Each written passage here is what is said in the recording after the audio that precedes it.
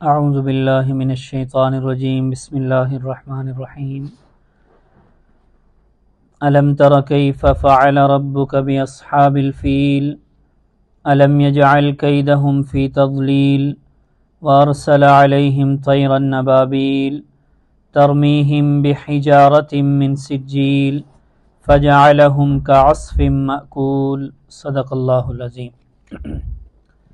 آج ہم انشاءاللہ آخری 10 صورتیں ان کا ترجمہ اور مختصر تفسیر پڑھیں گے، اور ان کے پڑھنے کا مقصد یہ ہے کہ نماز میں عام طور پر یہ صورتیں پڑھی جاتی ہیں، تو نماز میں اصل مقصد ہے نماز کی روح پوری طرح اللہ کی طرف متوجہ ہونا، اور اس متوجہ ہونے کی ایک صورت یہ ہے کہ ایک شکل کہ ہم نماز میں جو کچھ پڑھتے ہیں اس پر ہم توجہ رکھیں، اور ایک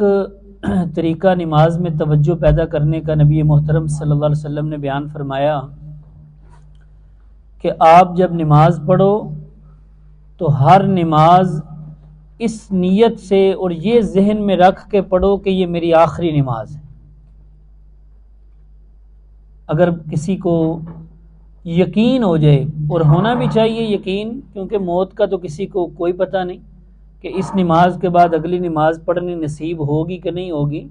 تو جس طرح اگر کسی کو یقین ہو جائے کہ یہ میری آخری نماز ہے تو وہ کس توجہ کے ساتھ وہ نماز پڑھے گا، تو اس طرح یہ ذہن رکھ کر اور یہ نیت رکھ کر جب بندہ نماز پڑھے کہ ہو سکتا ہے یہ میری آخری نماز ہو،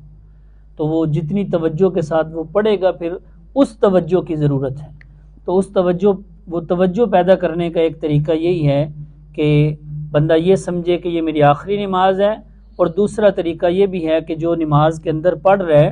وہ اس پر توجہ رکھے، اور توجہ اس پر اس وقت ہوگی جب ہم جو کچھ نماز میں پڑھ رہے ہیں ہمیں نماز کا ترجمہ اور مفہوم جو ہے وہ ہمیں معلوم ہو۔ تو اس میں عام طور پہ آخری 10 صورتیں ایک تو یہ ساری زبانی یاد ہونی چاہیے، اور پھر ان کا ترجمہ بھی ہمیں معلوم ہونا چاہیے تاکہ ان پر ہماری نظر اور توجہ رہے۔ یہ سورۃ الفیل، فیل اصل میں کہتے ہیں ہاتھی کو، عام الفیل کہتے ہیں ہاتھی والا سال۔ نبی محترم صلی اللہ علیہ وسلم کی جس سال پیدائش ہوئی تھی یہ اس سال کا واقعہ ہے۔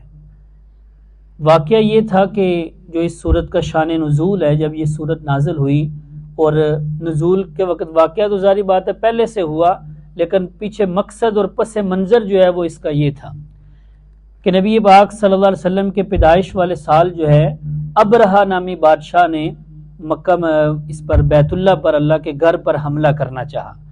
اور حملہ کرنے کی وجہ یہ بنی کہ اس نے، وہ چونکہ عیسائی تھا، اس نے اس بیت اللہ کے مقابلے میں ایک کلیسا اور گرجا گھر بنایا اپنے علاقے میں، اس نیت سے کہ عرب والے جو لوگ ہیں وہ یہاں آئیں اور یہاں ساری رونق لگے۔ یہ سارے لوگ جو ہے حج عمرہ کرنے بیت اللہ جاتے ہیں تو کچھ لوگ ہماری طرف بھی آئیں، لیکن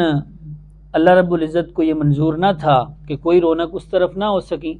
تو اتفاق سے عرب کے کسی بندے نے ایک دفعہ جا کر اس نے جو گرجا وغیرہ بنایا تھا نا، اس نیت سے کہ لوگ یہاں آ کر عبادت کریں گے، وہاں جا کر اس نے غلاظت کر دی۔ اس کو بڑا غصہ آیا، اس نے وہ غصے کی وجہ سے اپنا غصہ اتارنے کے لیے اس نے ایک لشکر تیار کیا، اور وہ لشکر میں بہت زیادہ ہاتھی تھے، ہاتھیوں پر سوار ہو کر وہ آئے تھے، اور ارادہ کیا کہ الیاذ باللہ وہ اللہ کے گھر پر حملہ کرنا چاہتے ہیں۔ تو اللہ رب العزت نے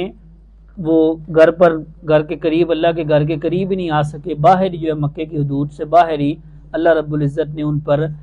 پرندوں کے ذریعے سے، چھوٹے چھوٹے پرندے وہ اللہ رب العزت نے بھیجے، اور ان پرندوں کی چونچ میں اور ان کے پنجوں میں چھوٹی چھوٹی کنکریاں تھیں، اور وہ کنکریاں ایسے کام کر گئیں جیسے کوئی تیز رفتار گولی ہو، اور وہ ان کے جسموں سے آر پار ہو کر گزر گئی، ہاتھیوں کو بھی تباہ و برباد کر دیا اور جو ہاتھی والے تھے ان کو بھی۔ تو اس کا تذکرہ فرمایا الم تر کیف فعل ربک باصحاب الفیل، کیا آپ کو نہیں خبر، آپ کو نہیں علم کہ اللہ رب العزت نے ہاتھی والوں کے ساتھ کیسا معاملہ کیا،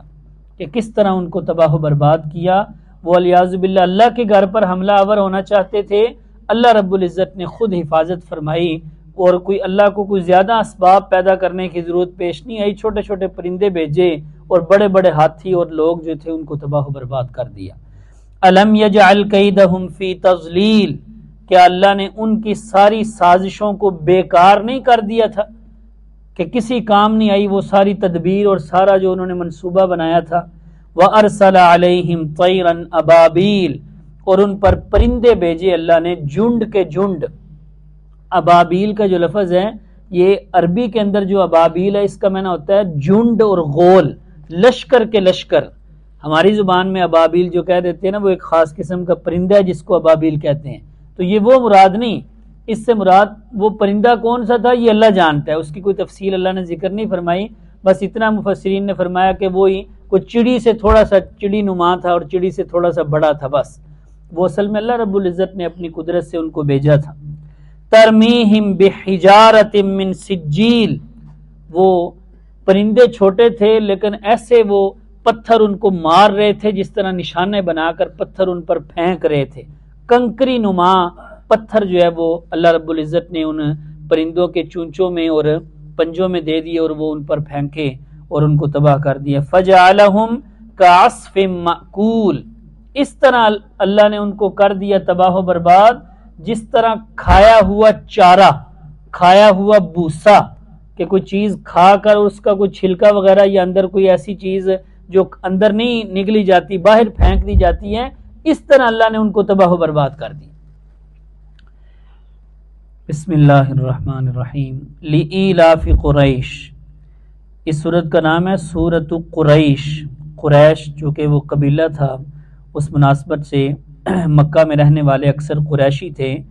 ان کے بارے میں تذکرہ فرمایا۔ لإیلاف قریش ایلافہم رحلۃ الشتاء والصیف،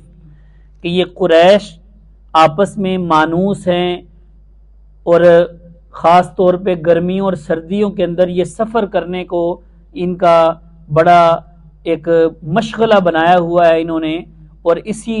چیز میں یہ مانوس ہیں کہ گرمیوں میں بھی اور سردیوں میں یہ کاروبار کے حوالے سے سفر کرتے ہیں۔ اس کا پس منظر اصل میں یہ ہے کہ اللہ رب العزت نے قریش والوں کو سمجھایا کہ تمہیں جو اللہ رب العزت نے عزت عطا فرمائی ہے نا، وہ اس بیت اللہ کی وجہ سے عطا فرمائی، اللہ نے اپنے گھر کی وجہ سے یعنی نبی پاک صلی اللہ علیہ وسلم کے تشریف لانے سے پہلے بھی جو لوگ اس بیت اللہ کی خدمت کرتے تھے، بیت اللہ کے یعنی بیت اللہ کی عبادت گزار تھے اور اس کے سارے صفائی وغیرہ کا انتظام کرتے، حج عمرے پہ جو لوگ آتے تھے ان کا خیال کرتے، ان کی وجہ سے،